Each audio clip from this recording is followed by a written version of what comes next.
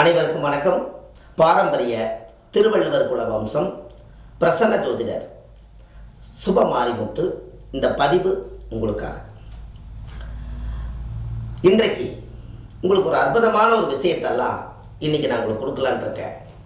இதையெல்லாம் இடைவிடாமல் கேளுங்க. இந்த கருத்துக்கள் எல்லாம் உங்களுக்கு பொருத்தமாக இருக்கும். நிறைய பேர் மக்கள்கள் எல்லாம் எளிமையான பரிகாரங்கள் நீங்கள் சொல்கிறீங்க, எங்களுக்கு ரொம்ப யூஸ்ஃபுல்லாக இருக்குதுன்னு என்னை காதார நான் கேட்குறேன். அதுக்கு உங்களுக்கெல்லாம் ஒரு பெரிய நன்றி. அது என்னுடைய பெற்ற தாய் தந்தைக்கு நன்றி. ஏன்னா அந்த காலத்தில் முன்னோர்கள் எல்லாம் பரிகாரத்தால் தான் நிறைய பேர் ஜெயிச்சிருக்காங்க. விஞ்ஞானம்ங்கிறது சயின்ஸு. இந்த விஞ்ஞான ரீதியாக நம்ம உடம்புக்குள்ளே புகுத்தி அதை அறிவுபூர்வமாக உணர்ந்து பரிகாரங்கள் எல்லாம் அதிகாரமாக ஜெயிச்சிருக்குது. அதுக்கு என்ன காரணம் அப்படின்னா, நீங்கள் செய்யக்கூடிய தர்மங்கள் எல்லாமே அது பரிகாரம் தான். நீங்கள் ஒரு பாவத்தை செஞ்சிட்டீங்க, அந்த பாவத்தை செஞ்சிட்டிங்கன்னா அந்த புண்ணியத்தை தேடுறதுக்கு நீங்கள் அந்த சாப்பாடு கொண்டு போய் போடுறீங்கன்னு வச்சுக்கோங்க. ஒரு அன்னதானம் பண்ணுறீங்க, உங்கள் மனசு திருப்தி ஆகுது, அவர் வாங்கி சாப்பிட்டவருக்கு வயிறு பசி ஆகுது, அப்போ இது பரிகாரம் தானே.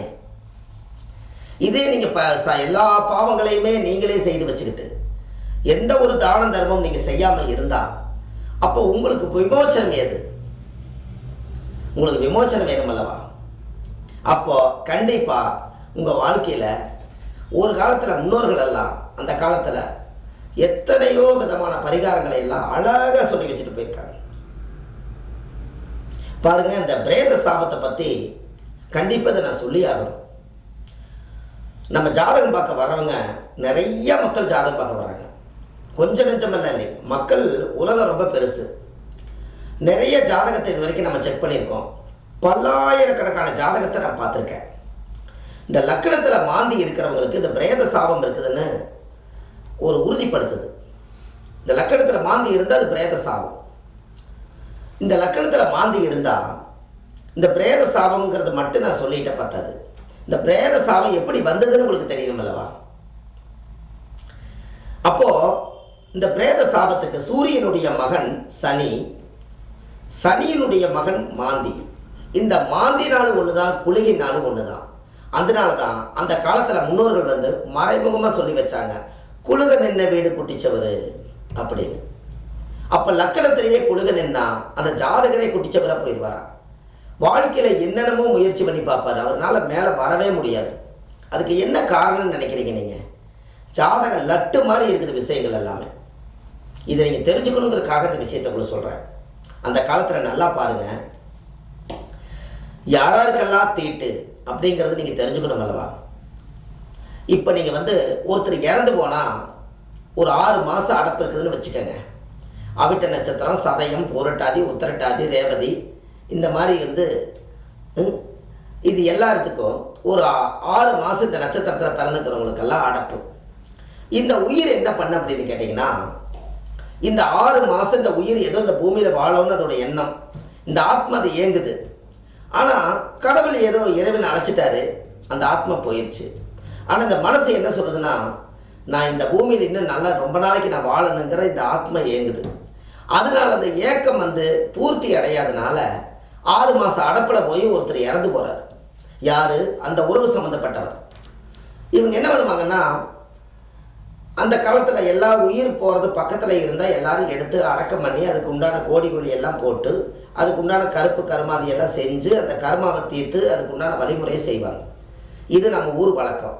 இதே ஒரு காணாத சீமையில் போய் அவர் காலமாயிட்டாருன்னா அட்ரஸும் இல்லை, அவரோட பேரும் யாருக்கு தெரியப்படுத்த முடியல, அவங்க அப்பா அம்மா யாருன்னு தெரியல, அவங்களுடைய தாத்தா பாட்டி யாருன்னு தெரியல, விலாசம் தெரியாமல் ஒரு பக்கம் ஜீவனம் தேட போனவர் இறந்துட்டாருன்னா, எந்த அட்ரஸும் இல்லைன்னா அவர் அந்த ஊருக்காரர் என்ன பண்ணுவாங்க, அடடே இப்படி ஒரு மனிதர் இறந்து போயிட்டாரே, இனி நம்ம யாருடைய ஆதரவு யாருடைய அட்ரஸும் இல்லையே, இனி இந்த இறந்த ஆத்மாவை நீ என்ன பண்ண முடியும்னு சொல்லி அங்கே ஏதாவது ஒரு எல்லா ஊர்க்காரெல்லாம் சேர்ந்து முடிவு பண்ணி விலாசம் தெரியாமல் இந்த உயிர் போகும்போது அந்த உயிர் சொல்லுமா, நான் என்னுடைய மக்களெல்லாம் நான் கஷ்டப்பட்டு வளர்த்தினேன், என்னுடைய குழந்தைகள் பேரம்பேத்திகள் எல்லாம் என் தோள் மேலே ஏறி உட்காந்து விளையாண்டுது இந்த உடம்புல.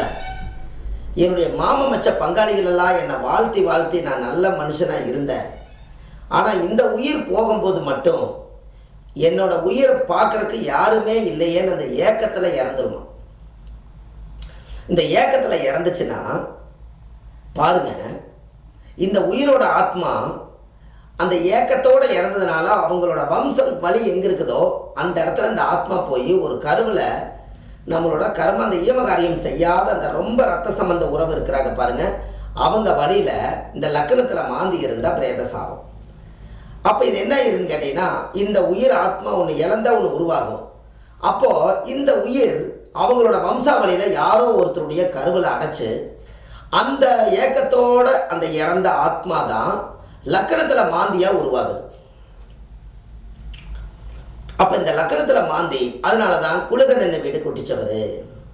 மாந்தி என்பது பிரேத தோஷம் அப்படின்னு அந்த காலத்தில் வச்சாங்க. அது ஏன் பிரேத தோஷம்னு வச்சாங்கன்னா, எங்கேயோ கிடக்குது பிரேதம், அது விலாசம் தெரியல, அட்ரஸ் தெரியாதனால இந்த சாதிசனமெல்லாம் அங்கே போக முடியாது. அப்போ இந்த பிரேதத்தை யார் அடக்கம் பண்ணுறது? அந்த ஊரில் இருக்கிறவங்க இறக்கப்பட்டு பெரிய மனுஷங்கள்லாம் ஆளுக்கு 2 காசு பணத்தை போட்டு 2 குச்சி கோலை வச்சு எடுத்து கொண்டு போய் குழியில் கொண்டு போய் அடக்கம் பண்ணி போட்டு, அனாதியாக ஒருத்தர் செத்து போயிட்டாராப்பா அப்படின்னு சொல்லி அனாதி பட்டத்தை கொடுத்து அவங்கள இறப்ப வந்து முடிச்சிருவாங்க.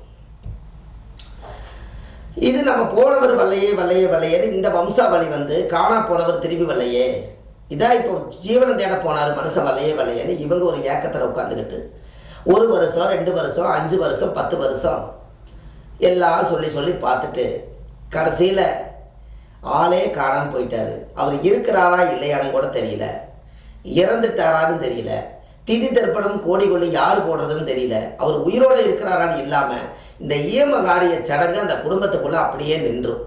இதுதான் பிரேத சாபம். பார்த்துக்கங்க ஐயா, இதெல்லாம் வந்து கிடைக்காத ஒரு பொக்கிஷம். இதெல்லாம் நீங்கள் வந்து வாழ்க்கையில் தெரிஞ்சுக்கணும். வளரும் குழந்தைகளுக்கு சாபத்தை கொண்டு போய் ஜென்ரேட் பண்ணக்கூடாது. அதற்காக இந்த ஒரு அற்புதமான விஷயத்தை இன்றைக்கி காலையில் உங்களுக்கு சொல்கிறேன்.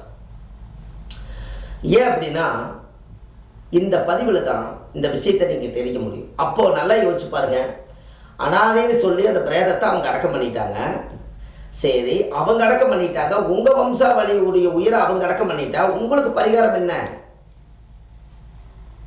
அவங்க அடக்கம் பண்ணினது விலாசம் தெரியாமல் ஒரு மனுஷன் ஊருக்குள்ளே வந்துட்டாரேன்னு சொல்லி அந்த ஊர்க்காரெல்லாம் எடுத்து அனாதி பாடி எடுத்து அடக்கம் பண்ணிட்டாங்க. ரைட்டு. ஆனால் இந்த வம்சத்தில் உங்கள் லக்கணத்தில் மாந்தி இருந்தாலே இது அனாதி பிணத்தை அடக்கம் பண்ணக்கூடிய பவர் தான். அப்போ என்ன காரணம்னா, நீங்கள் அந்த பரிகாரத்தை எப்படி செய்யணும்னா, அந்த ஆத்மா சாபம் தான் உங்கள் லக்கணத்தில் உட்காந்துருக்குது.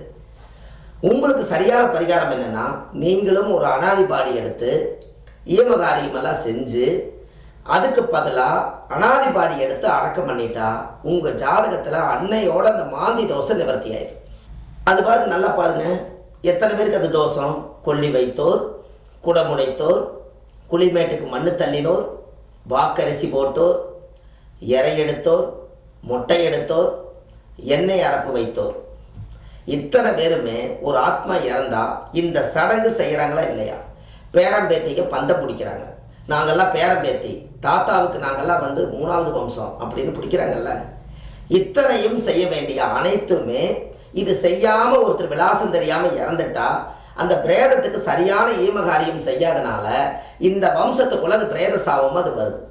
இதை நீங்கள் செய்யாமல் விடும்போது என்னாகுன்னா, குடும்பத்தில் ஒவ்வொருத்தருக்கு எல்லா ஜாதகத்தையும் எடுத்து செக் பண்ணுங்கள். யாரோ ஒருத்தருக்கு லக்கணத்தில் மாந்தியோட அந்த ஜென்ரேட் ஆகிட்டே இருக்குது. பங்காளியினோட ஜாதகத்தை போய் பாருங்கள், அவருக்கு லக்கணத்தில் மாந்தி. 3ஆம் பங்காளியினோட ஜாதகத்தை பாருங்கள், அவருக்கு லக்கணத்தில் மாந்தி. சித்தப்பா பெரிய மக்களாக இருக்கிறாங்க, அவங்க எல்லாம் சேர்ந்து செய்யாதனால அன்னைக்கு சொத்துக்கள் எல்லாம் பங்கு போட்டாங்க. அன்னைக்கு பிரேதத்தை வந்து ஆத்மா சாந்தி பண்ணாமல் அப்பாவுடைய சொத்து பிள்ளைக்கு தானா, அப்பாவுடைய பாவம் பிள்ளைக்கு தான். அப்போ இதையெல்லாம் செய்யாதனால அந்த மாந்தி ஜென்ரேட் ஆகிட்டே இருக்குது.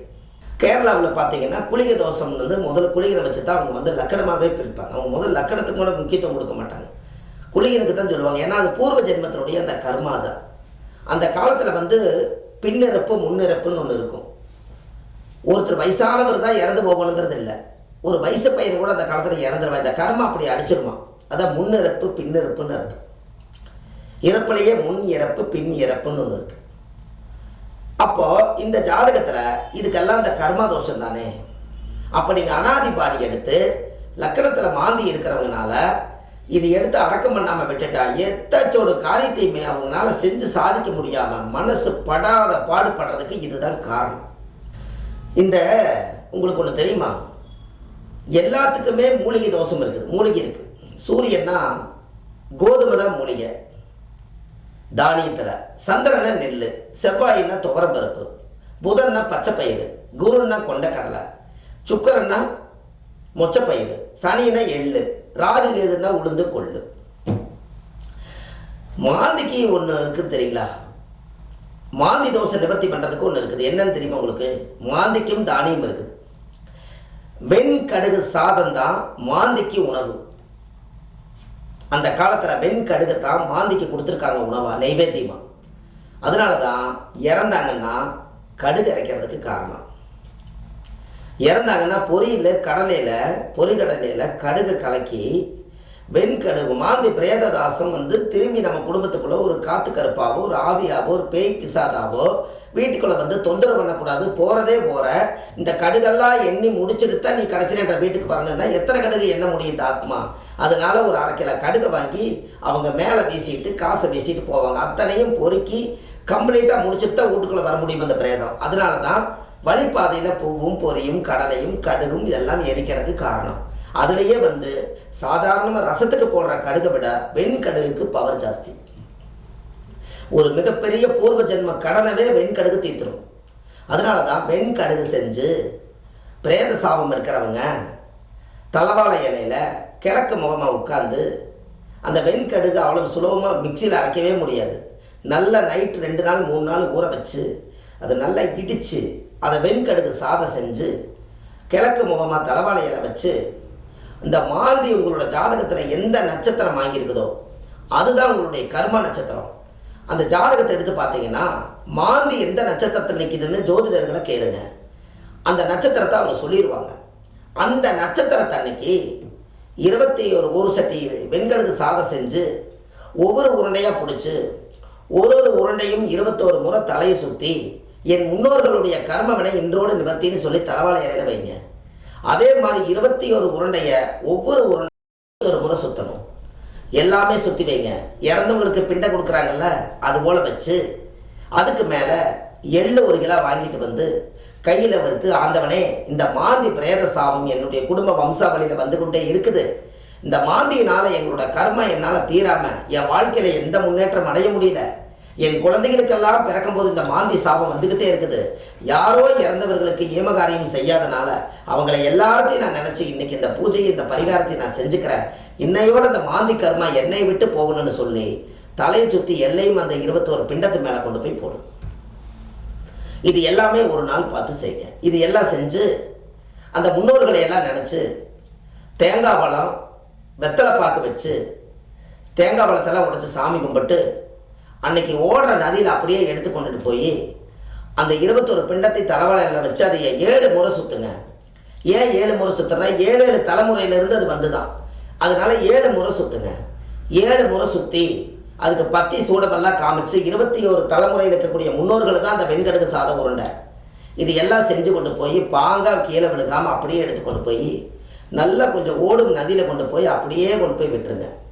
அந்த பிரேத சாபமெல்லாம் ஓடும் நதியில் போய் இந்த முன்னோர்களுக்கெல்லாம் கொடுக்க வேண்டிய யாரெல்லாம் முன்னோர்களுக்கு சோறு போடாமல் விட்டுட்டீங்களோ, உணவு தானம் கொடுக்காம விட்டுட்டீங்களோ, பிண்ட பூஜை கொடுக்காம விட்டுட்டீங்களோ அதுக்கெல்லாம் வெண்கடுகு சாதத்தை கொண்டு போய் கங்கையில் கரைச்சி விடுங்க. எல்லாம் கரைச்சி விட்டுட்டு அங்கேயே குளிச்சுட்டு அந்த துணியை விட்டுட்டு வேறு துணி மாற்றிட்டு நேராக வீட்டுக்கு முன்னோர்களுக்காக சாமி கும்பிட்டு ஒரு விளக்கு பற்ற வைங்க. இதெல்லாம் பண்ணி முடிச்சுட்டு ஒரு அனாதை பிணத்தை எடுத்து அடக்கம் பண்ணுறதுக்கு ஒரு ஸ்பான்சர் பண்ணுங்கள். அன்னையோட உங்கள் ஜாதகத்தில் மாந்தி சாபம் நில்லாயிரும். அதுக்கப்புறம் பிறக்கிற குழந்தைங்களுக்கு மாந்தி வரவே வராது. லக்கணத்துக்குள்ள மாந்தி சாபம் இருக்கவே இருக்காது. இப்படி ஒரு ஜாதகத்தில் நீங்கள் ஒரு பரிகாரத்தை எல்லாரும் யாருக்கெல்லாம் மாந்தி சாபம் இருக்குதோ அவங்கெல்லாம் முதல் வேலையை இந்த பரிகாரத்தை செய்யுங்க. உங்களுக்கு 90 நாளில் ரிசல்ட் கிடச்சிடும். இது போதும் இல்லையா உங்களுக்கு? இப்போ எத்தனை குடும்பத்தில் பிரேதத்தை அடக்கம் பண்ணாமல் விட்டு இதோட கர்மா எப்படி எல்லாம் ஜாயின் பண்ணி வருதுன்னு பார்த்தீங்களா? இது எல்லாம் நீங்கள் தெரிஞ்சுக்கணுங்கிறதுக்காகத்தான் இந்த அதிகாலை பொழுதுல உங்களுக்கு ஒரு அற்புதமான ஒரு பதிவை உங்களுக்கு கொடுக்குறேன். இது உலகத்தை கொண்டு போய் நீங்கள் சேர்த்தலாமா வேண்டாமான்னு சொல்லுங்கள். இந்த பதிவு நல்ல விஷயமானு சொல்லுங்கள். நம்ம ஆன்லைன்லேயே ஜாதகம் பார்க்குறோம். டேட் ஆஃப் பர்த் டயத்தை கொடுத்தாலே ஜாதகத்தை கணிச்சு பலன் உங்களுக்கு ஃபோன்லேயே சொல்லிடுவோம். அப்போவே இந்த 9 கிரகங்களும் எந்தெந்த நட்சத்திரங்கள் வாங்கியிருக்குதுனாலே அது கர்ம நட்சத்திரங்கள் என்னங்கிறத அப்போவே கண்டுபிடிச்சி அப்போவே சொல்லிடுறோம். இதில் ஜாதகத்தில் வந்து இதுக்கு இது எல்லாத்தையும் முடிச்சுட்டு இந்த சனி சூரியனுடைய மகன் சனியினுடைய மாந்தி இருந்தால் பிரேத சாவன்னா அப்போ நீங்களும் காசி போயிட்டு வரலாம் அல்லவா? லக்கணத்தில் மாந்தி இருக்கிறவங்க பிரேத சாவை நிவர்த்தி பண்ணிட்டு ஒரு முறை உங்கள் வம்சத்தில் யாரோ ஒருத்தர் காசி போய் அந்த புண்ணியத்தை தேடிட்டு வரலாம் அல்லவா? இதையும் செய்யுங்க. மனிதனாக பிறப்பெடுத்தாச்சுன்னா முதல் நம்ம ஜாதகத்தில் இருக்கக்கூடிய அசடுகளை எல்லாம் கசடுகளை எல்லாம் அழுக்கை எல்லாம் சுத்தப்படுத்தி நீங்கள் எப்படி புனிதமாக வாழணும்னு நினைக்கிறீங்களோ முதல்ல உங்கள் ஜாதகத்தை கண்டுபிடிச்சி முதல் புனிதப்படுத்துங்க. உங்கள் ஜாதகம் சுத்தமான உங்கள் முகம் சுத்தமாகும், உங்களுடைய அகம் சுத்தமாகும். அந்த காலத்தில் இருக்குது பாருங்க, எப்படியெல்லாம் அந்த காலத்தில் முன்னோர்கள் இதெல்லாம் பரிகாரம் அல்லவா? எவ்வளோ பெரிய பரிகாரங்களை முன்னோர்கள் நம்மளுக்கு காமிச்சு கொடுத்துட்டு போயிருக்காங்க. இதெல்லாம் நான் 30 வருஷமாக என்னுடைய துறையில் நான் அந்த ஜோதிட துறையில் இருக்கிறதுனால அந்த காலத்தில் வந்து எங்களுடைய பாரம்பரியமே வள்ளுவர் குலம். இந்த உலகத்தை கொண்டுட்டு போய் எவ்வளோ பெரிய சித்தர்கள் அதை கண்டுபிடிச்சி இதை ஞாபகப்படுத்தியிருந்தாலும் எனக்கெல்லாம் விவரம் தெரிஞ்சு எங்கள் தாத்தா ஜோசியர், எங்கள் தாத்தாவோட தாத்தா ஜோசியர், எங்கள் அப்பா ஜோசியர், நான் ஜோசியர், என் பையன் ஜோசியர், எங்களுடைய 7 தலைமுறை இந்த ஜாதகத்தை கையில் எடுத்து தான் நாங்கள் ஜீவனமே. அப்போ அந்த காலத்தில் முன்னோர்கள் எல்லாமே ஜாதகத்தை கணிச்சு தான் பலன் எடுக்க முடியும். குறி சொல்ல முடியாது, வாக்கு சொல்ல முடியாது. இது ஒன்லி சயின்ஸ்.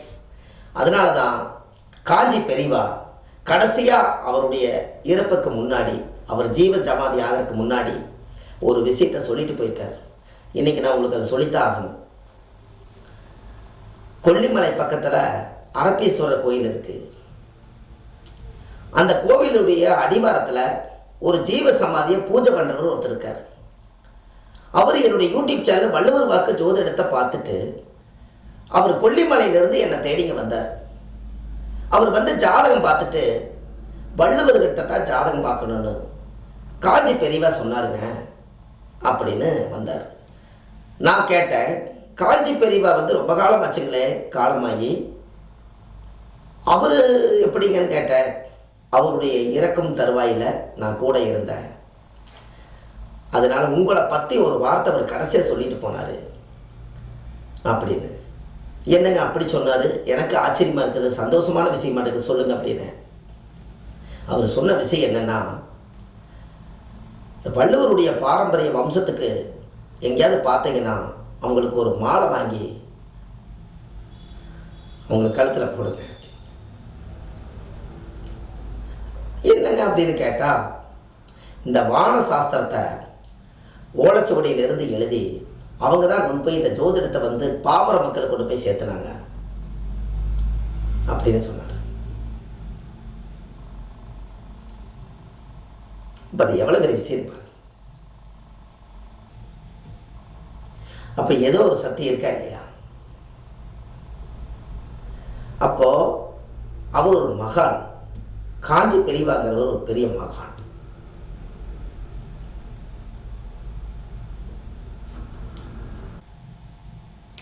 அவர் வந்து இந்த பாரம்பரிய வள்ளுவர் குல வம்சத்தில் அவர் எப்படி தியானம் பண்ணி தவம் பண்ணி இந்த ஜோதிடங்களை எல்லாம் எப்படி கொண்டு போய் அவர் சேர்த்துனாரு சொல்லி அவர் அந்த விஷயத்தை சொல்லியிருக்கிறாருன்னு சொன்னோன்னே ஒரு பெரிய சந்தோஷம். அப்போ அப்பேற்பட்ட அவ்வளோ பெரிய மகான் அவர் அப்படின்னு நினச்சிட்டு இருக்கிற ஒரு வாரத்துக்குள்ளே காஞ்சிக்கார் பெரியார் கோயிலேருந்து ஒருத்தர் ஜாதகம் பார்க்க வந்து காஞ்சி காமாட்சி போட்டாவை கொடுத்து சாமி கும்பிட்டு போகிறார். ஏதோ அவரே கொடுத்து விட்ட மாதிரி ஒரு ஃபீல் வந்தது. ரொம்ப சந்தோஷப்பட்டேன். எதற்காக இதை சொல்கிறேன்னு கேட்டிங்கன்னா, இப்படி உள்ள மகான்களுக்கு தான் பாரம்பரிய திருவள்ளுவர் குல வம்சத்தை பற்றி தெரிஞ்சிருக்குது.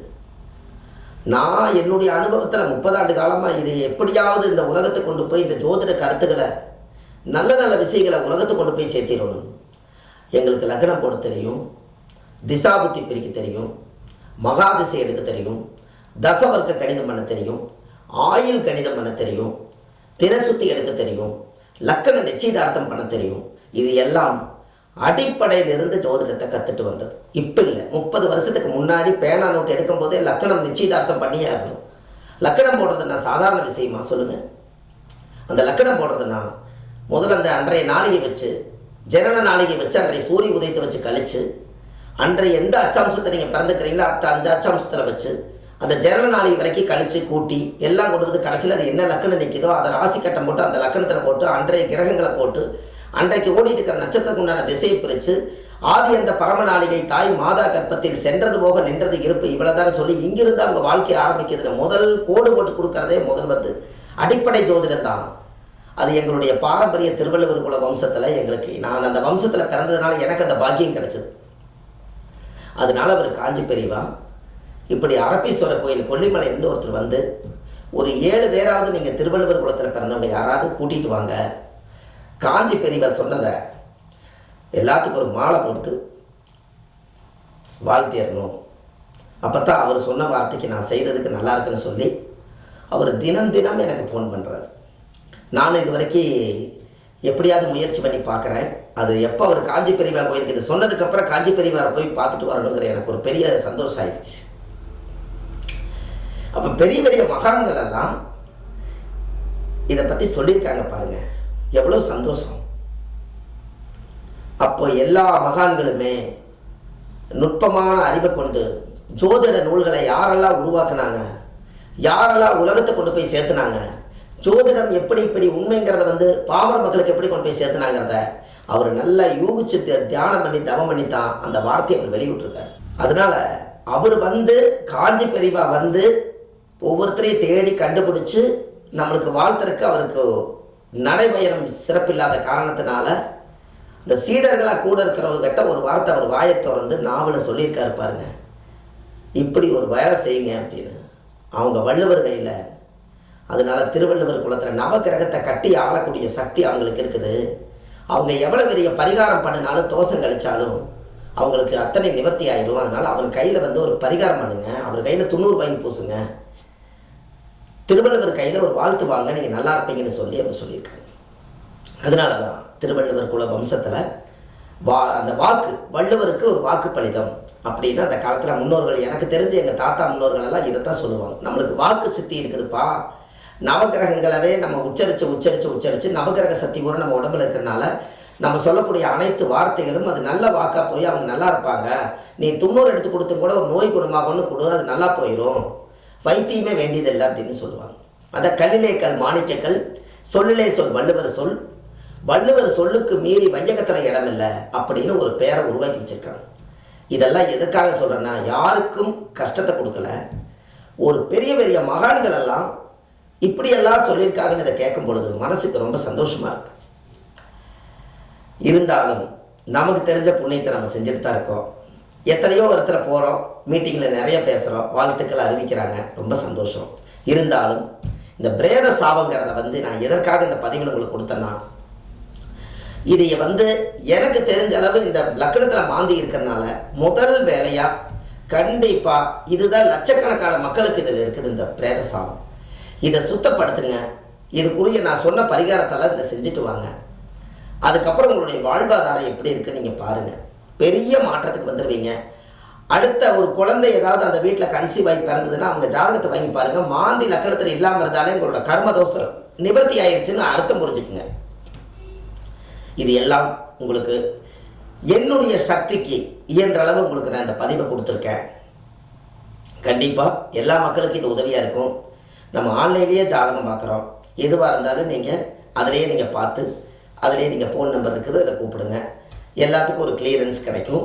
நீங்கள் அந்த பரிகாரத்தை செஞ்சுட்டு வாங்க, நீங்கள் அதிகாரமாக வாழ்வீங்க என்று சொல்லி அடியேன் சுப மாரிமுத்து உங்களிடமிருந்து விடைபெறுகிறேன். நன்றி, வணக்கம்.